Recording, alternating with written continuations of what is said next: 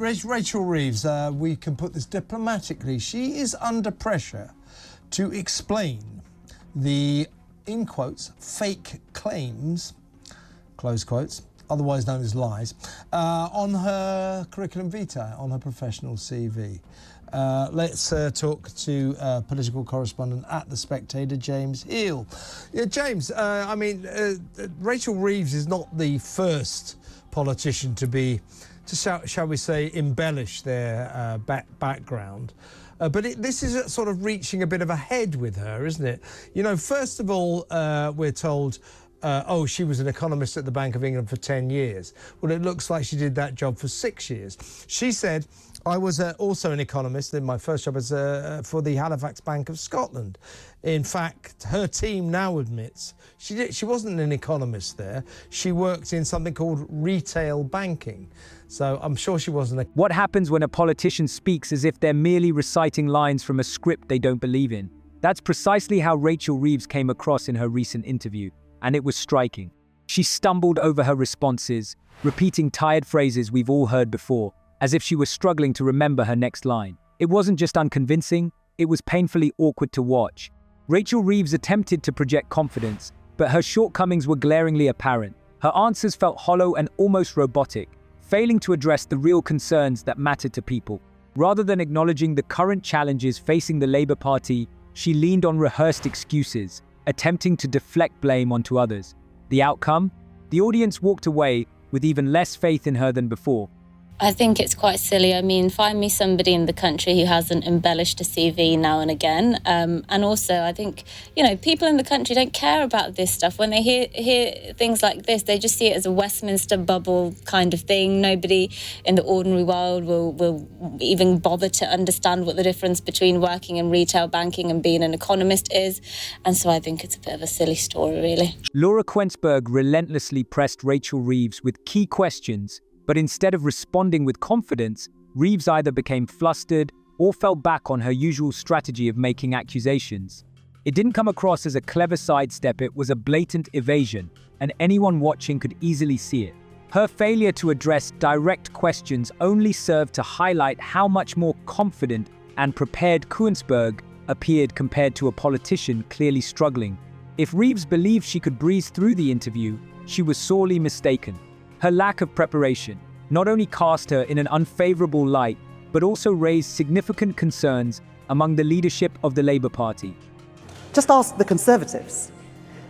They paid the price for their incompetence, their dishonesty, and their rule breaking. We are still selling arms to Israel. I'm all for a motion to change, Rachel. I'm right up.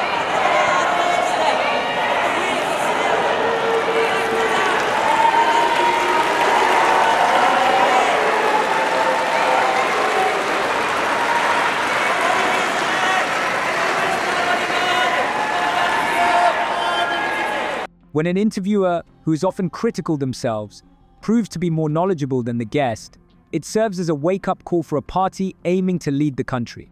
If there was already a sense of discomfort during the interview, it only intensified when Reeves was confronted with a straightforward, yet crucial question. Have the last 6 months of the Labour Party's efforts been successful? Instead of providing a direct and honest answer, she once again fell back on the tired tactic of shifting blame. Her response lacked clarity. She pointed to the previous government, asserting that Labour had inherited a mess. This excuse may have been effective in the early days, but after 6 months, people are looking for results, not just justification. For Reeves, this was not merely a challenging interview, it was a stark reminder of why so many voters feel alienated from politicians. People seek accountability and authenticity, not rehearsed excuses that only deepen their frustration. Rachel Reeves should do the right thing and resign. Oh, good Lord. We've all lied on our CV. I think she just needs to fess up. It's not a question of lying on the CV, Nick. This is a case of deliberately misrepresenting your experience. I don't believe for one instance that Rachel Reeves is an economist and has been anywhere near the formulation of any kind of financial policy during her work experience.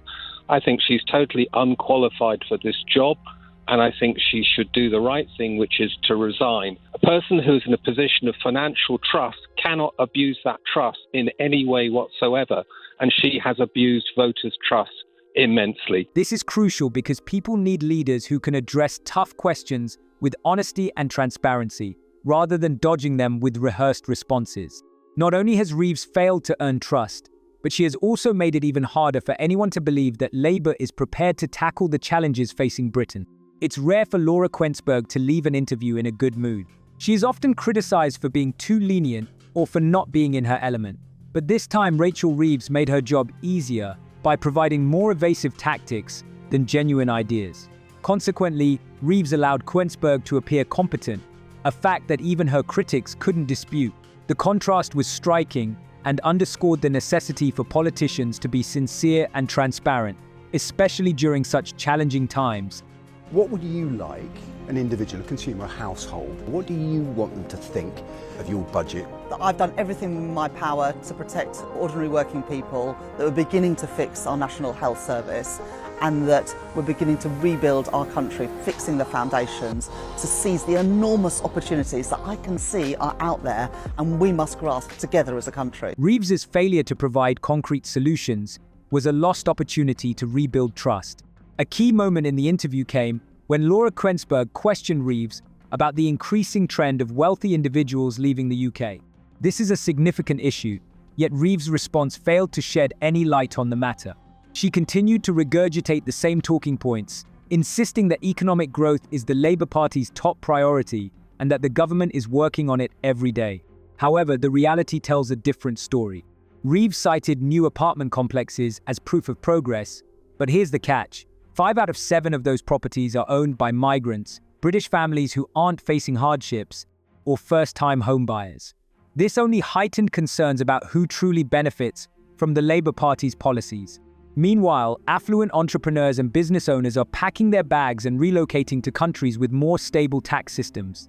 I got into trouble when I was in opposition. Before they took over, so I used to say nice things about Rachel Reeves, a good, sensible woman, and she's still a very nice woman, and good and sensible. She's as boring as her Prime Minister, but that's a problem for the whole government. But she really disappointed me. It was bound to be an unpopular budget. She'd made this stupid promise not to use the normal toolbox of every chancellor. Mm-hmm. Apparently she wasn't going to raise income tax, she wasn't going to raise VAT, she wasn't going to raise national insurance, corporation tax. That's 70% of the revenue. So it was the mistakes in the election. Enormous taxes on employers. I would have raised, I think, VAT and fuel tax. So I'd have been hated, I'd have needed police protection. But in the national interest, that's what you're working towards in the first budget. And you don't put, in the present state of the economy, a big tax on employment in the way she has. The farmers, well, I'm rather on her side. When the discussion shifted to Britain's massive debt, Reeves once again deflected responsibility onto the previous government. While it's true that the Labour Party inherited economic challenges, after several months in power, people are no longer seeking excuses, they want solutions. Reeves claimed that Labour was not responsible for the debts, but this sidestepped a more pressing question. What are they actually doing to address the situation? Laura Quensberg pressed Reeves for specifics, but instead of providing clear figures, she resorted to vague promises about future plans for a country grappling with rising inflation and economic strain. The lack of detail was glaring. Families are facing hardships, and small businesses are fighting to stay afloat. When leaders avoid accountability and fail to outline how they intend to improve the situation, it raises serious doubts about whether the government has any real plan in place. What are your thoughts on this video? Share your opinions in the comments, and see you next time.